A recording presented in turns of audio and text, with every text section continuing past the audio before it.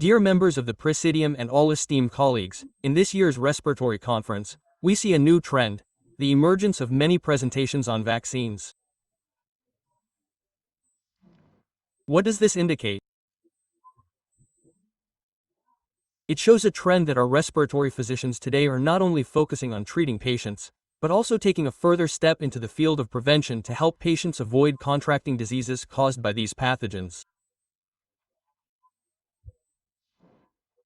So, when our respiratory physicians venture into these new fields, we must ask ourselves why we need to enter this field.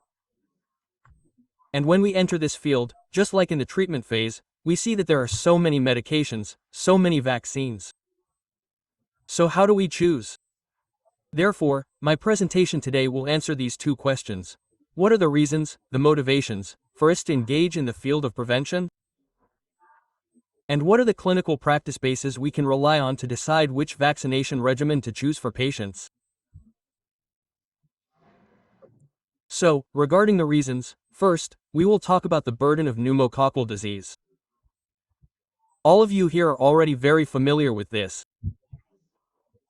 Clearly, among the top 10 leading causes of death worldwide, we see the significant role of lower respiratory tract infections and chronic obstructive pulmonary disease. We clearly see that. Now, let's delve deeper, focusing only on lower respiratory tract infections. A systematic review conducted over a 10-year period, from 1990 to 2010, 20 years in total, examined the pathogens causing these respiratory infections. It was found that Streptococcus pneumoniae, which we studied previously, is the leading cause of lower respiratory tract infections.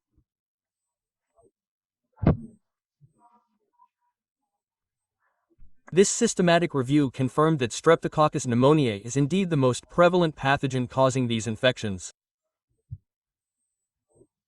And what's even more important, this dominant position has been maintained for the past 20 years. For 20 years, it has remained at the top. No other pathogen, not Staphylococcus, not Klebsiella, has been able to usurp the position of Streptococcus pneumoniae. Therefore, even today in 2025, we still have to contend with the threat of Streptococcus pneumoniae. Which individuals does this bacteria target? As all teachers and colleagues know, it affects elderly people and those with comorbidities and weakened immune systems. Why? Because in the elderly and those with comorbidities and weakened immune systems, the body's protective system is weakened, making it easier for Streptococcus pneumoniae to invade. But the point I want to highlight here is that in the age group from 50 to 64 years old, there has also been an increase in the incidence of Streptococcus pneumoniae infection compared to younger age groups. And this is one of the pieces of evidence that led the US CDC in 2024 to recommend that pneumococcal vaccination should be indicated for people aged 50 and older, not just 65 and older as before. So that answers the question of why Dr. Happ and we ourselves have to delve into the field of prevention for patients now. Now let's look at the different types of vaccines available. How do these vaccines differ, and how do we choose? Here are the serotypes in the vaccines that we can obtain, from PCV7, PCV13, 15, 20, and 23. What are the points we should note? The vaccine with the higher number covers more serotypes. So, simply put, we might think, let's just choose the one with the highest number and vaccinate the patient. However, please note the following points. Depending on which serotype is predominant in that locality, we will make a better choice.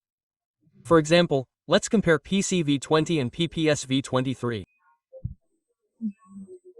PPSV23 covers 4 more serotypes than PCV20, serotypes 2, 9N, 17F, and 20. But it is inferior to PCV20 in serotype 6A. However, the dangerous thing is that serotype 6A has a very high prevalence in the population and explains the antibiotic resistance situation. Therefore, if I vaccinate with 23, although I get 4 serotypes, 2, 9N, 17F, and 20, I lose out on 6A. The prevalence of serotypes 2, 9N, 17F, and 20 in the community is not very high. Therefore, I added 4 more serotypes, thinking that the coverage rate would increase significantly. But in reality, it lacks serotype 6A, so it can be said that PPSV23 does not provide as much coverage as PCV20 in terms of protection in the community. This is clearly demonstrated in the study in Japan, where we also see these coverage rates depending on which vaccine is chosen for the patients. For example, PCV13 only covers 27%. With PCV15, which includes 22F and 33F, we add another 5%, reaching 32%. But if we use PCV20, we get 56%. Now, what if we use PPSV23? Looking at the data here, we see that it includes serotype 20, which is 2.1%. So, that would be 56% plus 2.1%, which is 58.1%. But we lose 2.8% for serotype 6A in Japan. Therefore, it can be said that PPSV23 in Japan, compared to PCV20, is inferior in terms of coverage rate. Now, let's look at the situation in Vietnam. What do we see in this study in Vietnam? As of now, PCV13 only covers 65.5%. But if we replace PCV13 with PCV20, how much more coverage do we gain? We will look at the percentages for serotypes 8, 10A, 11A, 12F, 15B, 22F, and 23F. Adding those numbers, we get approximately another 12%. So, we would get around 78 to 79%. What if we use PPSV23 instead of PCV20 now? While we gain 1% coverage for serotype 20, we lose 6% coverage for serotype 6A. So if I only use PPSV23 to vaccinate my patients instead of PCV20, I won't be covering 78%, but only 72%. Therefore, the choice of which vaccine to use for our population completely depends on the serotype characteristics in that population. Based on this research in Vietnam, we can say that PCV20 is better than PPSV23 in terms of serotype coverage, not that 23 is necessarily better. The second point is to consider the characteristics of the type of vaccine we are using. Is it a conjugate pneumococcal vaccine or a polysaccharide vaccine? The conjugate pneumococcal vaccine has the advantage of stimulating T cells, which then activate B cells, creating antibodies and memory B lymphocytes. This prolongs immune memory over time and increases IgA in the nasal mucosa, thus reducing asymptomatic carriage. Therefore, PCV vaccination can provide indirect immunity, meaning that vaccinating one person benefits others. However, PPSV only benefits the individual vaccinated, not others. Furthermore, PCV does not require booster shots, while PPSV requires a booster every 5 years.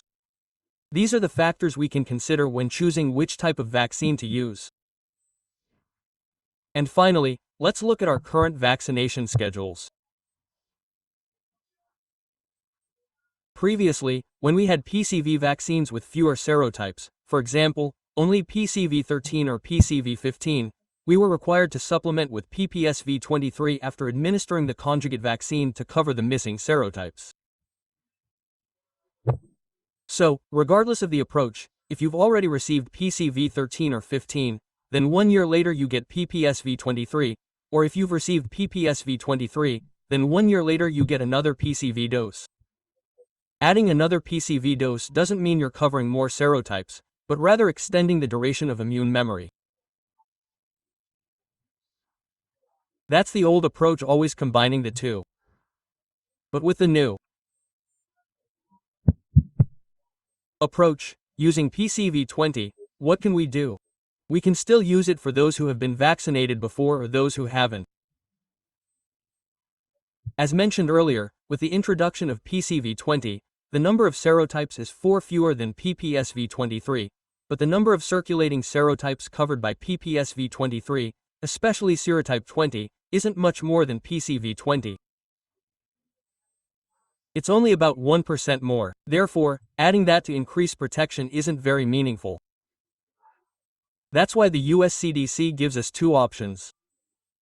The first option is if you use PCV13 or PCV15, then you must supplement with PPSV23. But if you only use PCV20, then supplementation is not necessary. Therefore, choosing only PCV20 allows patients to receive one injection and achieve effective protection. It's not necessary to go back and forth twice, which leads to forgetfulness and also wastes money. Therefore, I would like to conclude my presentation with the following point. Pneumococcus has been, is, and will continue to be the leading cause of lower respiratory tract infections in adults, and it is recommended that pneumococcal disease prevention be implemented in all adults aged 50 and older, or adults over 19 years old with underlying medical conditions or immunodeficiency.